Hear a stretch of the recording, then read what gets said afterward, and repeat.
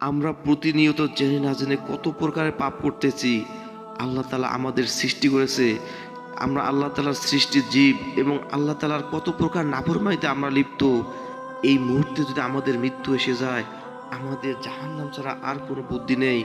আল্লাহ তাআলা যে আমাদের সৃষ্টি করেছেন তার জন্য আমরা কি করলাম, তার কি ইবাদত করলাম, পরকালে গিয়ে আমরা কি উত্তর দেব এবং কত প্রকার যে পাপ করতেছি, তবুও তিনি আমাদের তৎক্ষণাৎ শাস্তি দেন না। মৃত্যু পর্যন্ত খোলা রেখেছেন তওবার দরজা। আমরা যেন কখনো নিজের উপর এই জুলুমের কথা ভেবে শিউরে উঠলে ব্যতীত অনুতপ্ত হৃদয় নিয়ে এই রবের কাছে ফিরে আসি, ইস্তেগফার করি। আল্লাহু আকবার, কি ভীষণ দয়ালু আমার রব। তাই সম্মানিত শ্রোতা বন্ধুরা, আমরা যারা অনেক পাপে জর্জরিত, আসুন আমরা ফিরে আসি। এখনো তওবার দরজা খোলা আছে। তওবা করলে আল্লাহ তাআলা সব কিছু মাফ করে দেন। তাই তিনি শুধু তওবার দরজাই খোলা রাখেননি, আমাদের মাবুদ পরম করুণাময় প্রতিশ্রুতি দিয়েছেন, হে আমার বান্দারা, যারা নিজেদের উপর জুলুম করছে, তোমরা আল্লাহর রহমত থেকে নিরাশ হইও না। নিশ্চয়ই আল্লাহ সমস্ত গুনাহ মাফ করেন, তিনি ক্ষমাশীল পরম দয়ালু।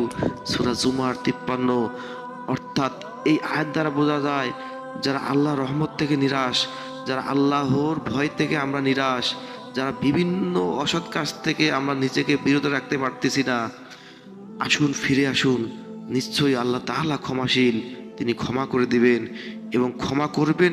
কেবল এটাই বলেননি, আমার রব কি ভীষণ ক্ষমাশীল, তিনি বলেছেন পাপগুলোকে পুণ্য দ্বারা পরিবর্তিত করে দিবেন। সুবহানাল্লাহ। অর্থাৎ আমরা যে পাপগুলো করেছি সেগুলো থেকে তওবা করে ফিরে যদি আসি, তাহলে আমাদের সেই পাপগুলো পুণ্যতে পরিণত করে দিবেন। সুবহানাল্লাহ।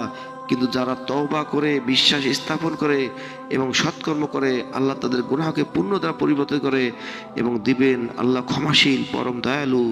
আল্লাহ তাআলা সূরা ফুরআনের ৭০ নম্বর আয়াতে এই কথা বলেন। এত পাপ সত্ত্বেও আল্লাহ আমাদের অনুগ্রহ করেছেন। প্রতি মুহূর্তে আমাদের পাপ জর্জরিত জিহ্বা দিয়ে আমাদের রবের কাছে চাইতে হবে। পরম দয়ালু, এটা ভেবেই কি কৃতজ্ঞতা ঝড়কে কেঁদে ফেলার কথা না, অনুতপ্ততার অশ্রু জল দিয়ে সিজদার রবের কাছে চাওয়ার কথা না। তাই সম্মানিত শ্রোতা বন্ধুরা, আল্লাহ তাআলা যে আমাদের অসংখ্য নিয়ামত দিয়েছেন, সেই নিয়ামতগুলো শুকরিয়া আদায় করা। একটা সেকেন্ডের জন্য যদি আল্লাহ তাআলা অক্সিজেন বন্ধ করে দেন, এই পৃথিবীতে আমাদের বেঁচে থাকার আর কোনো অর্থ নেই। কত নিয়ামত আল্লাহ তাআলা আমরা পাইতেছি, গাছ গাছালি পানি, কত কিছু নিয়ামত দিয়ে আল্লাহ তাআলা আমাদের ভরপুর করে রেখেছেন।